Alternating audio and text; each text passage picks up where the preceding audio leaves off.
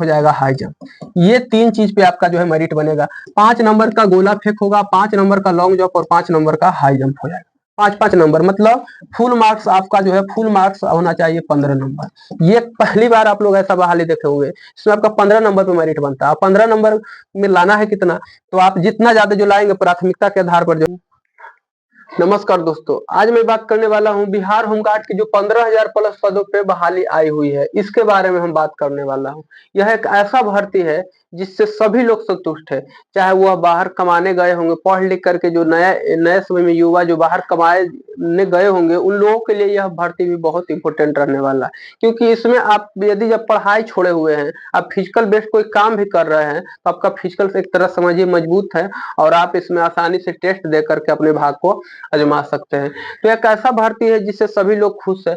Army वाले युवाओं के लिए एक लास्ट मौका है जो ट्यूटोरियल आर्मी का तैयारी करते होंगे। उसमें तो एग्जाम भी हुआ और उसका अच्छी खासा कट ऑफ भी जाएगी, लेकिन इसमें तो बिना एग्जाम भी जी की सीधे जो है भर्ती इसमें देख सकते हैं। और बिना लिखित परीक्षा के सीधे भर्ती, मतलब मेरिट नहीं बनने वाला है, मेरिट बनेगा।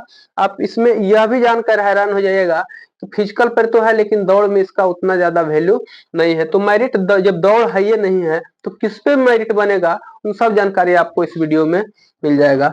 सबसे पहले हम चलते हैं कि यह भर्ती की अफवाह है या सच्चाई है, इसके बारे में हम सबसे पहले बताएंगे। तो इसके लिए 2 नोटिफिकेशन जारी हुआ था, एक हुआ था 27 जनवरी में और एक हुआ हाल ही में 21 फरवरी वाला। अफवाह यह एक थोड़ा सा भी नहीं है और यह पूरी 100% संभावना हो गया है कि भर्ती जो है आपका जो है एक अप्रैल तक समाप्त हो जाएगा। इसीलिए यह जो है भर्ती जो है बहुत सारे हड़ताल मचा रखी हुई है। आप देख सकते हैं 27 जनवरी 2025 का यह नोटिस है।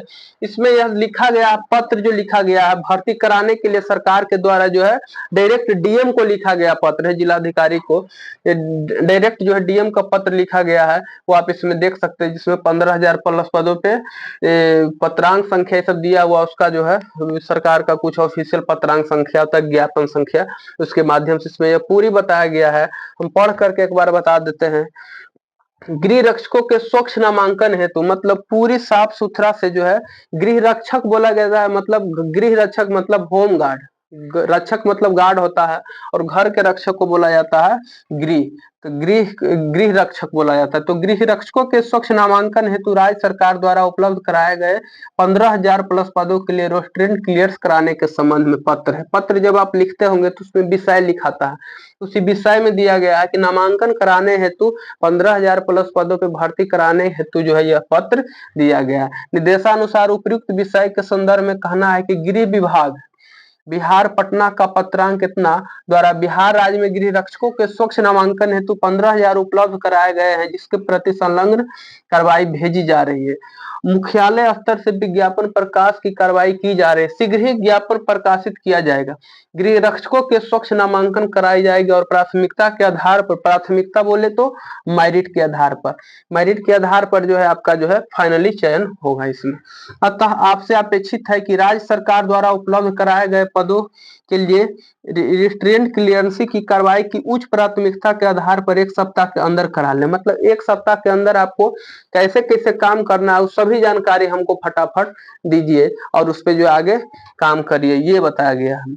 यह मामला राज्य सरकार की उच्च प्राथमिकता में है, अतः इस कार्य को करने से विशेष तत्परता की आवश्यकता, मतलब बहुत जल्दी की तत्परता की आवश्यकता है। जल्दी का कारण यह भी है कि तुरंत ही चुनाव भी आने वाला है, तो चुनाव से पहले सरकार चाहती है कि हम जो है नियुक्ति पत्र दे दे सभी को, क्योंकि नीतीश कुमार सरकार और बीजेपी जो भी सरकार अभी साथ में चल रही है वो नहीं चाहती है कि 2025 में विपक्ष का मुद्दा जो है बेरोजगारी बने।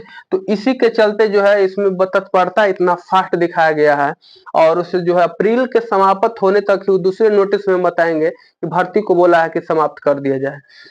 प्रतिलिपि सब दिया गया, जिला मुख्यालय अरवल को छोड़कर कृपया सूचनार्थ, मतलब उसके बारे में दिया गया कि किनको किनको सूचना देना है वो इसमें बताया गया है। इसमें सिग्नेचर मोहर आप देख सकते हो, उपेंद्र प्रसाद सरकार के उप सचिव। मतलब यह पूरी की पूरी खबर जो है ओरिजिनल है।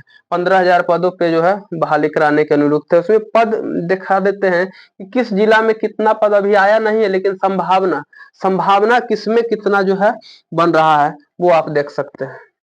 संभावना बात की जाए पटना के, तो पटना में जो है स्वीकृति बल के 4905 और 2222 जो है नामांकित बल और रिक्ति है 2683। मतलब चाहिए इतना, ये निकाला गया है कि चाहिए 4900 है 2200 अब और रिक्त है इतना है देखिए, मतलब 1479 पदों पे लगभग यहाँ आएगा। नालंदा में 812, 511, इस प्रकार से आप सीट देख सकते हैं। रिक्ति की संख्या हुआ, कुल रिक्ति आप देख सकते हैं। टोटल 15,000 यहाँ पर आकर के उठता। तो सबसे ज्यादा सीट कहाँ रहने वाली है? तो सबसे ज्यादा सीट रहने वाली है आपकी पटना में, 1479, लगभग 1500 सीट जो है यहाँ अकेले रहने वाली है। बाकी सब जिला के लिए अलग अलग रहने वाली है। सबसे कम सीट यहाँ पे अरवल में छोड़ करके बताया गया। अरवल में सीट नहीं है, अरवल को छोड़ करके बताया गया। यहाँ पे दिखा हुआ साफ साफ अरवल के लिए नहीं है, 0 सीट है। और 0 सीट किसके लिए? बगहा के लिए। अरवल और बगहा और नवगछिया में है सीट। नवगछिया में रिक्ति नहीं है, नवगछिया में भी रिक्ति नहीं है, लेकिन वहां भी होमगार्ड बल तैनात है। तो ये 3 जगह सीट नहीं है, अरवल, बगहा और नवगछिया है। तो आप देख सकते हैं सब में कितना कितना सीट है कि, और 15,000 प्लस पदों पे जो है भर्ती करानी है। तो यह पद देख सकते हैं। तो आप दूसरे जिला में फॉर्म नहीं भर सकते, क्योंकि यह जिला बाई जिला जो है यह भर्ती होती है। अब आगे बात की जाए इसमें कि दूसरा नोटिस क्या है। ये तो हुआ कि 27 जनवरी वाला नोटिस, और यह इतना ज्यादा हड़ताल नहीं मचाए हुए था। लेकिन जो दूसरा वाला है ये बहुत जो है लोगों को परेशान कर रखा है। इसलिए परेशान कर रखा है क्योंकि इसमें इसे बोलता ना, मरने से पहले कफन तैयार है। मतलब कि स्टार्ट होने से पहले ही इसका समाप्ति डेट जो है आ चुका है। इसीलिए यह जो है बहुत जो है इम्पोर्टेंट हो गया है, क्योंकि इसमें उतना टाइम भी नहीं है लोगों के पास, डायरेक्ट जो है इसमें जो है भर्ती देख सकते हैं। तो हम दूसरा नोटिस थोड़ा सा हम दिखा देते हैं। थोड़ा सा हम दूसरा नोटिस की ओर चलते हैं। दूसरा नोटिस में क्या कहा गया है, तो ये है आपके जो है दूसरा नोटिस। ये आपके दूसरा नोटिस है, और यह जो है 21 फरवरी का ही ताजा नोटिस है। यहाँ पे देख सकते हैं 21/2/2025। यहाँ भी पत्र में और तत्परता के बारे में जल्दी बताया गया है कि राज्य सरकार द्वारा उपलब्ध कराए गए गृह रक्षकों के स्वच्छ नामांकन हेतु 15,000 पदों के विरुद्ध स्वच्छ नामांकन की तैयारी कराने के संबंध में, यह भी उसी संबंध में लेटर लिखा गया। लेकिन इस लेटर वह भी था और लेटर यह भी था। ये वाला लेटर ज्यादा भूचाल मचाया उस वाले की अपेक्षा, क्योंकि इसमें जो है भर्ती का समाप्ति डेट दे चुका था। निर्देशानुसार उपयुक्त विषय के संदर्भ में कहना है कि राज्य सरकार द्वारा उपलब्ध कराए गए गृह रक्षकों के स्वच्छ नामांकन हेतु बिहार गृह रक्षा वाहिनी में 15,000 पदों वाली चुनौतियां यथा प्रदर्शिता, तकनीकी और शारीरिक दक्षता जांच हेतु स्थल चयन, अनुमानित खर्च एवं विधि व्यवस्था आदि पर बिहार गृह रक्षा वाहिनी मुख्यालय पटना में उप महासमुद्रष्टा बिहार गृह रक्षा वाहिनी की अध्यक्षता में गठित समिति द्वारा बृहद रूप से विचार विमर्श किया गया है। मतलब यह इसमें पूछ रहा है कि आपको जो हम 27 जनवरी को हमने बोला था कि ऐसा सा भर्ती कराना है हमको, क्या उस पर आप विचार विमर्श किए? क्या आपके ढंग से उचित कार्रवाई है? यदि जब आप विचार विमर्श नहीं किए हैं तो जल्द से जल्द हमको विचार विमर्श करके बताइए। क्या आपके पास इसके लिए मशीन है? सभी खर्च भी पूछा है, कितना खर्च लगेगा, कि आपके पास व्यवस्था है?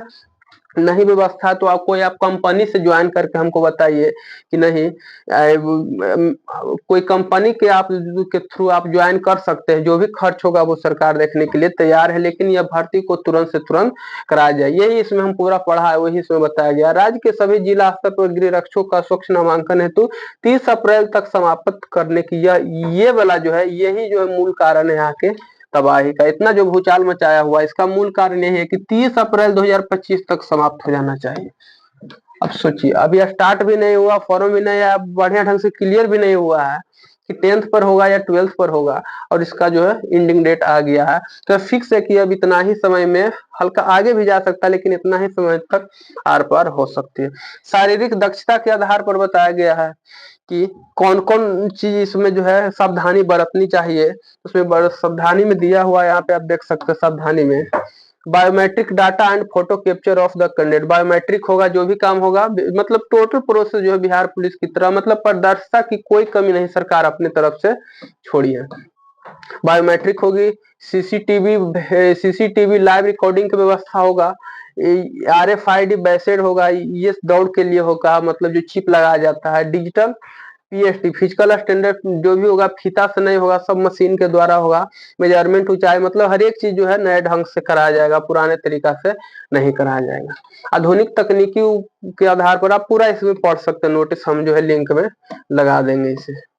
अब बात की जाए, इसमें यह भी पूछा है, चेक करने के लिए बताया गया कि आपके पास इन सब चीज का व्यवस्था है या नहीं, मैदान की बुकिंग है या ना, हमें इसको जवाब देना है कि आपके पास समतल जमीन है या नहीं, मानकीकरण के लिए बैरिंग कोड है या नहीं, नाश्ता व्यवस्था के लिए खर्च वर्च सब चीज पूछा है। आपके पास कितना व्यवस्था है, नहीं है तो हमें यह जो है टिक लगा करके भेजे, हम तुरंत उसे जो है भरपाई करने की कोशिश करेंगे। ये था पूरा जो है नोटिफिकेशन जो है ओरिजिनल। अब हम बात करते हैं कि इसके लिए क्या क्या एजुकेशन क्वालिफिकेशन होने वाला है। मुख्य टॉपिक यही था, क्या क्या इसमें जो है एजुकेशन क्वालिफिकेशन होने वाला है। तो ये था ये कि ये तो वहां का जो है, जब बिहार पुलिस में बहुत सारे युवा अनफिट हुए थे तो उसी समय कुछ दिन बाद ही नोटिस जारी कर दिया था कि सिपाही भर्ती परीक्षा में चुके तो होमगार्ड में मौका, और यह बात अब सच भी हुआ है कि यह बात अब सच हुआ। अब इसके लिए बात की जाए हाइट के, तो पुरुष के लिए, यह पुरुष के लिए हाइट आप देख सकते हैं 165 सेंटीमीटर सामान्य और जनरल और ओबीसी के लिए। एससी एसटी के लिए 160 और ईबीसी के लिए 162, और महिला चाहे किसी भी जो किसी भी कैटेगरी से हो उसके लिए 155 ही होती है। छाती की बात की जाए तो 81 से 86 और 79 से 84। ये चेस्ट बहुत है, 81 से अच्छी खासी चेस्ट मानी जाती है, और 81 से 86 जो है सेंटीमीटर ईबीसी के भी। ईबीसी के चेस्ट में कोई छूट नहीं, आप यहाँ देख सकते हैं, और महिला में चेस्ट लागू नहीं होता है। तो ये आप देख सकते हैं, ये था टोटल। अब एजुकेशन की बात की जाए तो अभी 10th होगा या 12th होगा या 8 होगा, यह अभी क्लियर नहीं होता हुआ है। हो सकता है 12th रहे, संभावना 12th पर भी बनता है, 10th पर भी बनता है, या फिर सीटों का बंटवाराकरण भी बांट दिया भी जाएगा 10th या 12th, कुछ भी हो सकता है। अभी ओरिजिनल नोटिस जो है लास्ट फरवरी तक आ जाएगी। और कितना रुपया लगेगा, क्योंकि बिहार की फॉर्म है तो बिहार के फॉर्म में आप जानते ही होंगे कि 500 तो प्लस ही लगेगा। तो सामान्य के लिए 700 लग सकता है, ओबीसी के लिए 700, ईडब्ल्यूएस के लिए 700 और एससी के लिए 400, एसटी के लिए 400 और महिला के लिए 400, ये 500 600 यही सब रहने के समय मतलब 500 से प्लस ही रहेगा। और ऐसा अक्सर बिहार की बहाली में देखने को मिलता। उम्र की बात की जाए तो उम्र बहुत रहेगी, उम्र इसमें जो है बहुत ज्यादा उम्र रहेगी, 18 से 40 साल, क्योंकि यही एक ऐसा जो है बहाली है जिसमें से सभी लोग संतुष्ट है, तो उम्र बहुत खासी रहेगी। अब ये यदि जब उम्र 18 से 40 रहेगा तो ये बात तो आप भी जानते हो कि जो 20 से 21 22 की जो लड़का 18-19 का, वो 30 प्लस वाले को जो टक्कर नहीं दे सकते हैं। 20 से 21 वाले इजी वजन रहता है, नया एनर्जी रहता है, वो आराम से जो है वो क्वालिफाई कर जाएंगे। तो यदि जब सरकार सही में बहाली निकाली है तो 18 से 40 जो एज रखी हुई है, यदि इसमें जो है 30 से 40 दो कैटेगरी में बांट दे तब इन लोगों को कुछ फायदा होगा, वरना इधर वाले उम्र से आपको घबराना नहीं है। जो भी सिलेक्शन करेगा वो 25-26 साल के अंदर वाला ही करेगा, क्योंकि नए के सामने जो 2011-12 वाला बात नहीं है कि 2011 और 12 वाले लोग भी इसमें शामिल हो जाएंगे, वो बहुत दिन बाद जो है उसमें क्लियर कर पाया था। लेकिन इस बार वैसा नहीं होने वाला है। यदि जब इसे अलग से सीट आरक्षित कर देगा तब तो ये आपस में क्वालिफाई कर जाएंगे, वरना 18 से 25 तक वाले उम्र के लोग ही बहुत है फिजिकल पास करने वाले। तो अब उम्र इसमें बहुत ज्यादा सारा दिया हुआ है, लेकिन उम्र के लिए उतना फायदा नहीं है। मेन इसमें बात की जाए मैरिट, मैरिट बहुत चीज इसमें मायने रखता है, क्योंकि आपको दौड़ में भी नंबर नहीं मिलेगा तो मैरिट बनेगा किस पे, तो मैरिट यही 3 चीज पे बनेगा। कौन कौन 3 चीज है, हाइट की, गोला फेंक हो गया आपका, गोला फेंक हो गया, और आपका हो जाएगा लॉन्ग जंप, और एक हो जाएगा हाई जंप। ये 3 चीज पे आपका जो है मेरिट बनेगा। 5 नंबर का गोला फेंक होगा, 5 नंबर का लॉन्ग जंप और 5 नंबर का हाई जंप हो जाएगा। 5-5 नंबर मतलब फुल मार्क्स आपका जो है, फुल मार्क्स होना चाहिए 15 नंबर। ये पहली बार आप लोग ऐसा बहाली देखे होंगे, इसमें आपका 15 नंबर पे मेरिट बनता है। 15 नंबर में लाना है कितना, तो आप जितना ज्यादा जो लाएंगे प्राथमिकता के आधार पर जो है फाइनल मेरिट लिस्ट तैयार हो जाएगा। तो यदि जब ये ऊंचाई के लिए दिया हुआ, यदि जब आप 4 फीट फानते हैं तो 0 अंक मिलता है, केवल पास हो सकते हैं। 4 फीट 3 इंच फानते हैं तो 1 अंक, 4 फीट 6 में 2, 4 फीट 9 में 3, 5 फीट से अधिक में 5 अंक मिलता है। इस प्रकार से हाई जंप में भी होगा 12 से 14, 14 से 16। इस प्रकार से जो आपका जो है जितना नंबर, मान लीजिए कि आप मान लीजिए कि आप हाई जंप में ले आए 5 नंबर, हाई जंप में 3 नंबर ले आए, लॉन्ग जंप में ले आए 2 नंबर, और गोला फेंक में ले आए आप 4 नंबर। तो 3 2 5 4 9 नंबर आपका टोटल हुआ। और तो 15/9 आपका जो है 9/15 आपका जो है फाइनल नंबर हो जाएगा। तो आप इसमें ये देखना है कि किसका नंबर कितना, क्योंकि इसमें पॉइंट वॉइंट में तो होने वाला नहीं है, जो भी होगा जो पूर्णांक में होगा। तो मेरिट किस पे रहने वाली है? हाई जंप, लॉन्ग जंप और गोला फेंक। तो ये 3 चीज आपको फिजिकल में मस्त रखना है। और दौड़ केवल जो है पास करनी है, तो दौड़ के लिए इसमें वैल्यू नहीं है। जिसके पास भुजा में बल होगा, इसमें बल होगा हाथ में, और जो लोग जो है कम एनर्जी वाले, उछल कूद करने की प्रवृत्ति ज्यादा रखते होंगे, उन लोगों के लिए यह भर्ती बहुत बढ़िया रहने वाली है। अब आगे क्या आता नोटिफिकेशन में फिर जानकारी दूंगा, तब तक के लिए इतना ही।